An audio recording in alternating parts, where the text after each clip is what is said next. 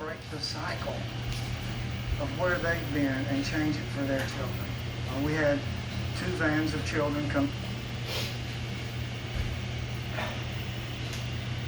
안녕하세요. 매일매일 운동하기를 실천하고 있는 동탄 왕토입니다. 카메라가 피었네. 오늘은 월요일 쉬는 날이에요. 내일 새벽 출근입니다. 그렇네요. 오늘 날씨 너무 좋아요. 운동하도록 하겠습니다. 역시 운동할 때 샤넬이죠. Parents have been caught up in drug addiction where the children themselves have been abused. And now this organization, which is primarily run through donations, finds itself having to plan for a funeral. It will be a very difficult week for grief. Martin Savage, CNN, Campbell, Alabama.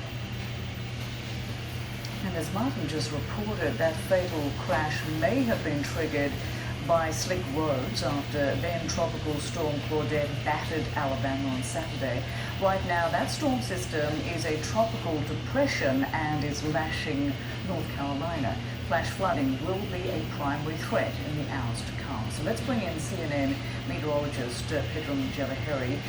Pedram, just a tragic accident there as a result of this weather system. What is the latest on this storm system moving through the southeast? You know, it has some more steam left here, Rosemary. Once it moves back over the open waters, it is very close to the Carolina coastline there at this hour, and we'll touch on that momentarily. But how about this? Upwards of a foot of rainfall coming down in a matter of 48 hours across portions of the Gulf Coast, and this, of course, leads to quite a bit of problems when it comes to flash flooding, some gusty winds to be had across the area as well. And here's what is left of Tropical Depression Claudette, again, just near the coastline there of the Carolina region, and we do expect it to tap into some warm waters, re-energize back into a tropical storm, but the steering environment should pick this up rather quickly and want to move it offshore. Notice, while it does this, still a storm surge threat on the immediate coast there from Wilmington towards Hatteras, the Outer Banks region, as high as 3 feet. That'll cause some significant damage for those immediate coastal communities. But there's Claudette as it moves away back across the western U.S. It is all about what is happening with big time heat. Gotta note, of course, remind you that summer officially arrived in the past several hours, 11:32 p.m. Eastern time in the northern hemisphere, longest day, shortest night upon us, while in the southern hemisphere, we're talking about the shortest day, winter officially arriving. But speaking of summer in the northern hemisphere, how about these temperatures? Of course, the last full week of spring exited with temps exceeding 115 degrees for the 6th straight day across the Valley of the Sun in Phoenix. Has never happened in recorded history. It says quite a bit for a city well known for tremendous and notorious heat. And notice Palm Springs, Death Valley, even Sacramento, 110, 120 above across some of these regions. And we do expect another round of heat to build in across the east and northwestern U.S. towards the latter portion of this week. All of that Well, coming up here on CNN Newsroom, voting is underway in Ethiopia. The government says it's the country's first free and fair election, but with some areas ravaged by war and unable to vote, many skeptics have their doubts. The Dangote Group stands at the forefront of African enterprise. Since 1978, we've touched the lives of millions of people by meeting their basic needs. Our belief in the promise of Africa has taken us into 14 African countries, with substantial investments that will propel the continent towards greater prosperity, promising jobs, improved standards of living, and economic growth. Dangote, for an empowered Africa.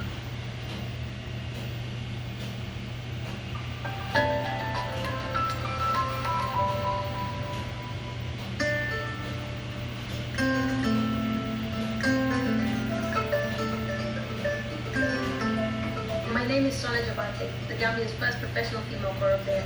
I'm currently in London, but one of the ways I make sure I reconnect is by playing my choir and teaching my son. This is the way that we maintain our tradition and culture.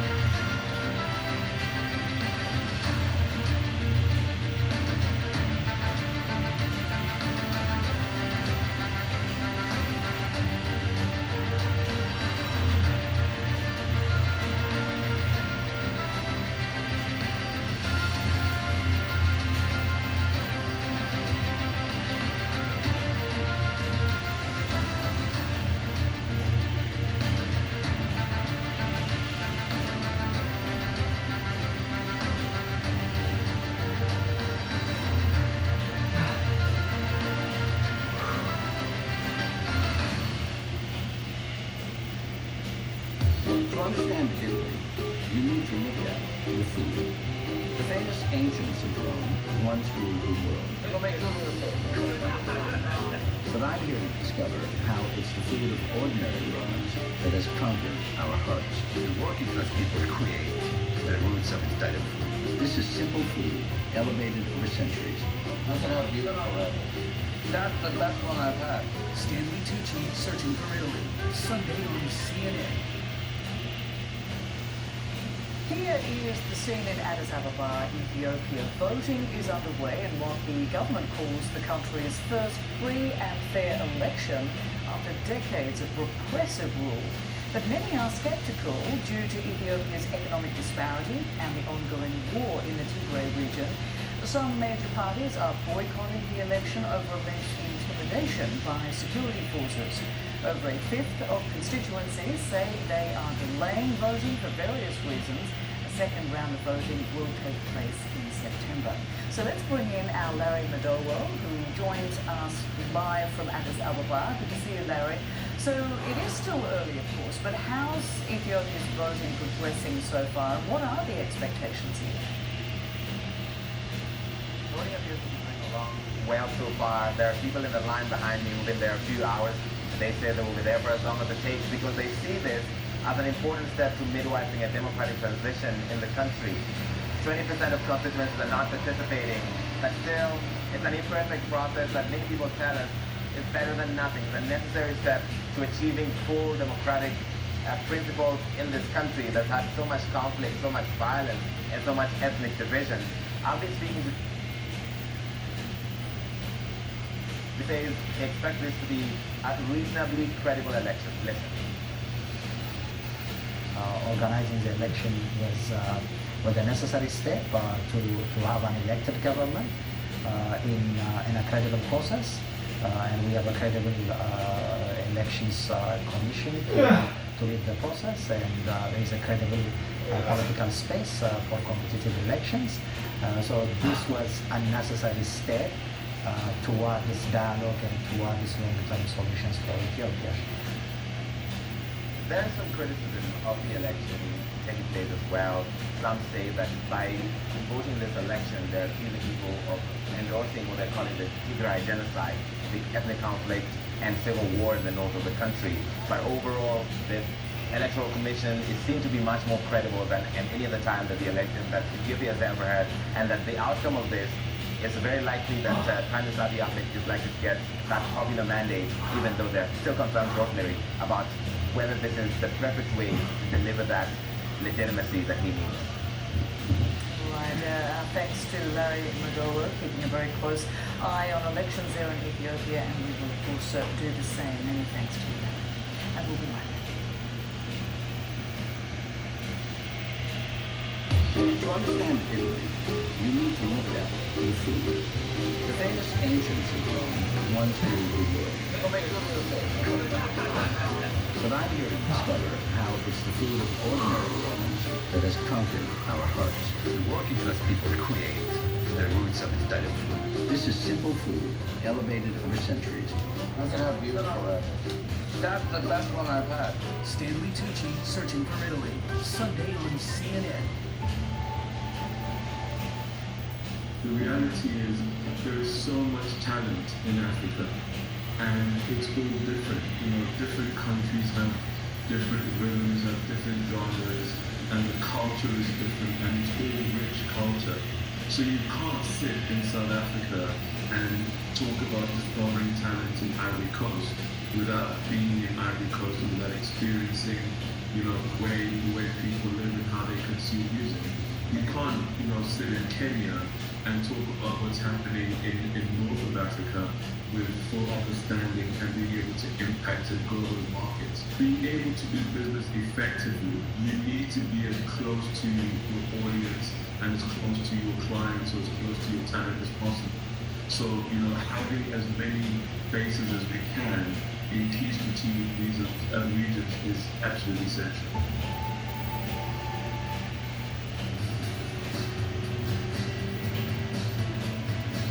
Protein is great for building muscle and it benefits your hair and nails too.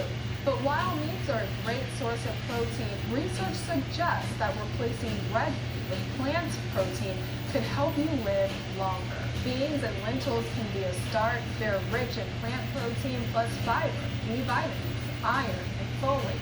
Most beans are also low in fat. Plant-based sources of protein also include nuts and seeds. Try stocking up on almonds, pistachios, cashews, and walnuts. Whole grains like oats, buckwheat, and brown rice are also good sources of protein. And you might assume that all fruits and vegetables contain less protein than other plant-based foods, but protein accounts for about a third of the calories in Brussels sprouts, broccoli, asparagus, and artichokes.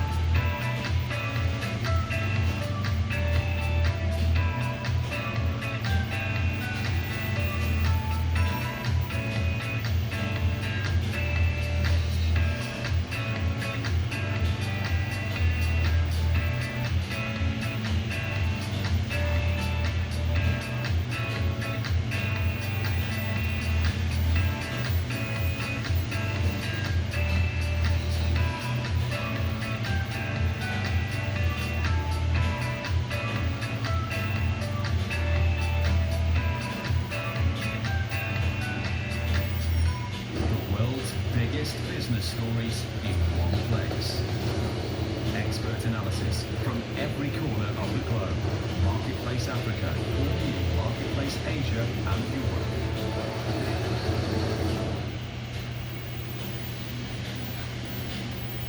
Well, for Prince Harry's first Father's Day 2 years ago, his wife Meghan gave him a bench inscribed with a poem. Now, that gift has inspired a new children's book written by the Duchess of Sussex.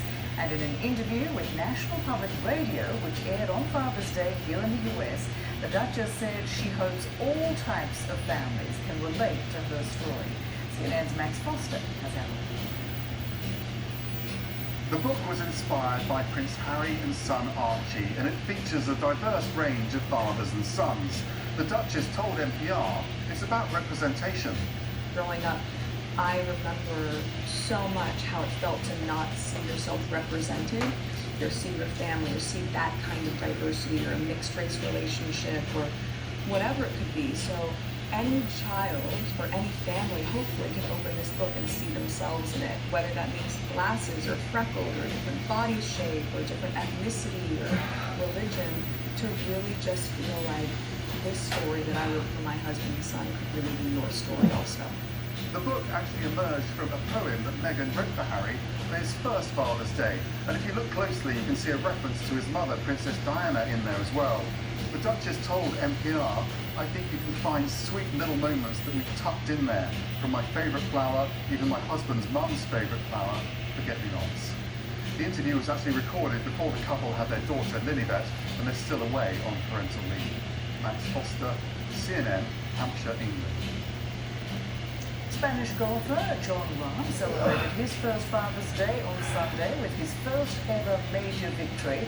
His wife and newborn son were there as Rahm won the US Open in San Diego. It's the first time a golfer from Spain has ever won the tournament. Rahm produced an epic finish with birdies on his last 2 holes, finishing 6 under par. He spoke to our Don Riddell about the significance of the win on Father's Day. At that moment, whatever was going on around me just disappears. You know, he is the priority, him and her, and what I've done and what I do in the future absolutely won't matter compared to what they matter to me and how much love I have for them. So that's what I'll keep telling them. No matter what I accomplish in life, and no matter what happened around us, that this afternoon, he was still the most important thing and what it forever will be. And this comes just 2 weeks after he was forced to withdraw from a tournament because of a positive COVID test. Thanks so much for joining us. I'm Rosemary Church. I'll be back with more news in just a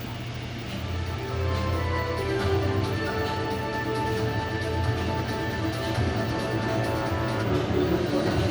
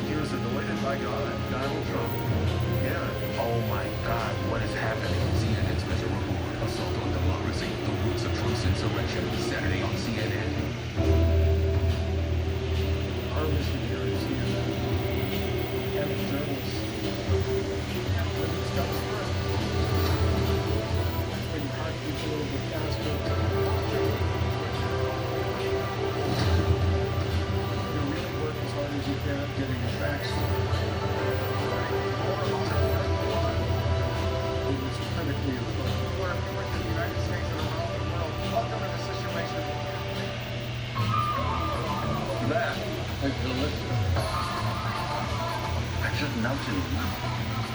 That's the best one I've had. Stanley Tucci, Searching for Italy, Sunday on CNN.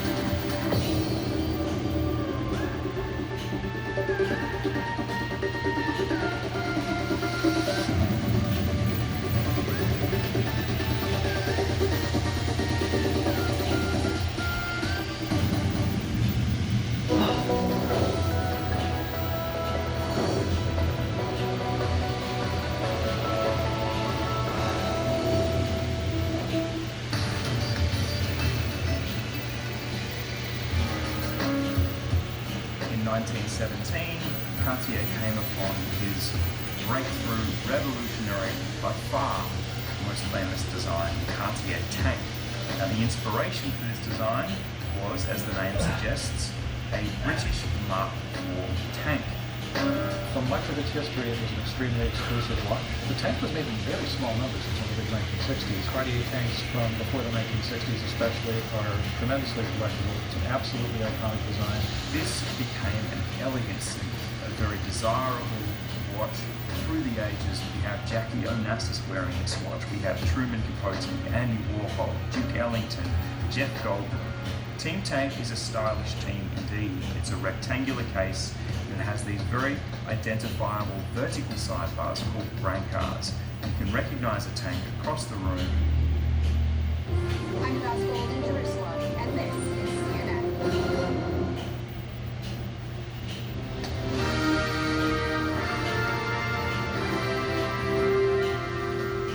Hello and welcome to our viewers joining us here in the United States and all around the world. I'm Rosemary Church. Just ahead here on CNN Newsroom, more transmissible and quite worrying. The world grapples with the Delta variant of the coronavirus as vaccination rates in many places struggle to keep up. Plus, the tropical system that won't let up, Claudette, is dumping rain and spawning tornadoes across the US Southeast.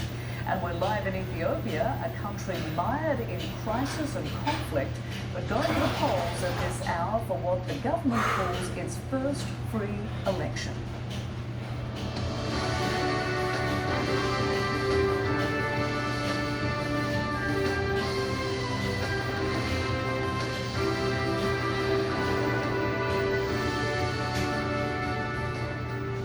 With us. Well, the Biden administration is pushing the president's goal of at least partially vaccinating 70% of the adult population by July 4th. But so far, only 16 states and the District of Columbia have met that objective. And while the US will likely miss that goal, former FDA Commissioner Dr. Scott Gottlieb says that won't have a major impact. Instead, the US should start thinking about the next phase of the vaccination effort. Now we need to think about trying to push out the vaccine into community sites where people could get it delivered to them through a trusted intermediary. That's going to mean doctors' offices, schools, places of employment. We need to think about a different vaccine delivery strategy to get the people who are still reluctant or who still face challenges getting into those access sites. But as people contemplate going back to school and back to work in the fall, they will be seeking out vaccines. And I think that's when we need to think about that 2.0 campaign and a different strategy for delivering vaccine to those who remain unvaccinated. And let's just take a moment to compare China's effort to the United States. On Saturday, China announced it had administered more than 1 billion vaccine doses. And you see on the left how it accelerated its vaccination pace after getting off to a slow start. In the US, the daily vaccination numbers are tapering off just a bit, but the chart on the right puts those same numbers in a different context. China still has a way to go when it comes to catching up to the US and other countries in terms of vaccinations per capita. Global health experts are worried about places where vaccine skepticism is high or access to the shots is lacking. The Delta variant is spreading fast throughout those communities, and And as Michael Holmes reports, officials are scrambling to stop it. Aggressive and infectious. That's the way Moscow's mayor describes a coronavirus variant spreading through the city. Health officials in Moscow reported more than 9,000 new COVID-19 cases on Friday, the highest daily figure for the city since the pandemic began. That from the city's mayor, who says the Delta variant, first identified in India, is responsible for nearly 90% of new infections. The situation in Moscow with the spread of COVID-19 disease is rapidly deteriorating, and the dynamics are quite unexpected, since more than 60% of Muscovites have either been ill or vaccinated. The Kremlin says vaccinations are critical to protect against the variant's spread, but many Russians are still hesitant to get the Sputnik vaccine. We are afraid of getting sick, but we did not get vaccinated because we are also afraid of that. The WHO says Moscow is just one of several places where the Delta variant is thriving. With so many people across the world still unvaccinated, there's plenty of opportunity for it to circulate even more.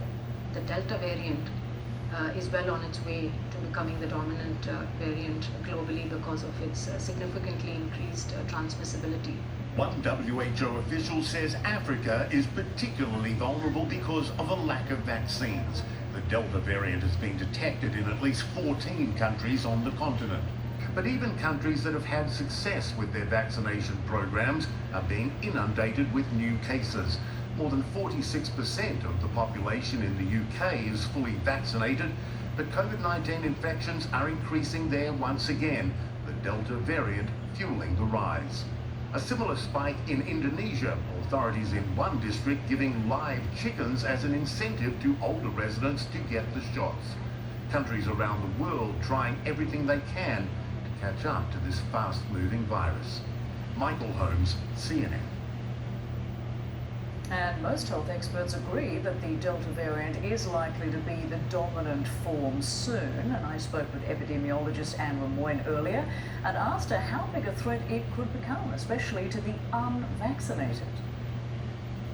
Well, it's very important to note that this Delta variant is much more contagious than the original variant, the original strain, and the B117, the UK or Alpha variant. In fact, it could be up to 60% more contagious, meaning that if you have the same interaction with somebody who has COVID-19, you are that much more likely to get it than previous variants. So it's really important that everybody who is unvaccinated really do double down on their efforts to make sure that they are protected, they're wearing masks, they're social distancing, and avoiding exposures where they can. If you are vaccinated, you are much less likely to get this variant, but it is not a zero risk scenario. You can still become infected. It's just much less likely that you'll end up hospitalized or dying. So we all should be very concerned. It's a threat. It is definitely important for people who are unvaccinated to take a great caution, take great precautions to avoid getting it, because it's also possible that this particular variant could lead to more severe symptoms, hospitalization and death. Just Anne Lemoyne talking to me earlier. Well, Chinese authorities say at least 38 people connected to a flight from Johannesburg to Shenzhen have been infected with the variant. That flight arrived on June 10th. Shenzhen also found 2 locally transmitted cases on Thursday. One of those was a vaccinated restaurant worker in the airport. More than 400 flights from Shenzhen were cancelled on Monday, but officials won't confirm to CNN the cause of the mass cancellations. So let's turn now to CNN's Stephen Jiang. He joins us live from Beijing. Good to see you, Stephen. So what is the latest on these cancelled flights from Shenzhen in the wake of dozens of Delta variant cases being identified? Well, those flight cancellations are probably not entirely surprising given the dramatically falling demand for air travel in and out of Shenzhen, especially after local officials added this testing requirement for all departing passengers. But this latest cluster is seen as this new wave of cases in the southern province of Guangdong that really began about a month ago. When you look at the numbers, though, the number of new locally transmitted cases remains relatively low by global standard. We are talking about single-digit or low double digits on a daily basis. But given this is in China, many officials, especially at the local level, are still adopting this zero-tolerance policy. That's why you've seen them take a familiar page from the playbook in terms of conducting multiple rounds of mass testing, very strict and extensive contact tracing, as well as targeted lockdowns in cities across the province. Now, as you mentioned, the authorities have said most of their new local cases are of the Delta variant, and also they've linked most new patients to imported cases. That's why they have become very alarmed given how fast this new variant has been spreading across the world. So now, of course, they are really trying to redouble their effort in terms of trying to get everyone vaccinated. But that task obviously becoming a bit more challenging because of that new case of the airport worker, as you mentioned, given she contracted the virus despite being already vaccinated. Rosemary? All right, Stephen Jiang joining us live from Beijing. Many thanks. In Italy, more signs of progress in the battle against COVID-19. Starting today, all but one of Italy's regions can drop most of their coronavirus restrictions. They're now designated as white zones since cases are falling and the areas are low risk. So for more on this, let's bring in CNN's Antonia Mortensen in Milan. Antonia, what is the latest on this easing of COVID restrictions in all but one of Italy's regions, and how are people there responding to this news? So it's great news. From today, most of the restrictions that we had here in COVID-19 will be lifted in all of Italy, aside from the Valle d'Aosta region, which is a small region in the north. Effectively, it means that people can more or less go back to normal life, and people are very excited about that. For example, weddings will be reinstated again, and that was something that so many here were waiting for, as well as foreigners who had planned to come and get married here in Italy. I would say that there is a collective sigh of relief, but there's also caution because of the Delta variant, as you've been talking about in your show. And actually, Italy has reinstated the quarantine rules for any travellers arriving from the UK from today as well. Mortensen joining us live from Milan. Many thanks. Thanks. Well, the first cruise ship to leave from a US port since the pandemic began has set sail on a trial run. Royal Caribbean's Freedom of the Seas is testing new COVID safety measures with hundreds of its employees who volunteered to be the passengers. The company says everyone aboard this cruise has been vaccinated. New measures from the company require a negative COVID test for unvaccinated passengers before arriving, as well as 2 additional tests during their trip. All right, we want to go live now to Tokyo, where the Olympic organizers have made a decision on whether the Games will allow spectators from Japan. CNN's Blake Bessick joins us now with more on that. So what was decided? Yeah, Rosemary, we learned just in the past hour that local spectators will be allowed to attend the Olympic Games with the decision regarding how many and under what circumstances that could be announced at any minute. Now that the original decision to allow local fans was announced during the opening statements of a 5-party meeting of Olympic organizers. And again, while we are still waiting on an official number of fans all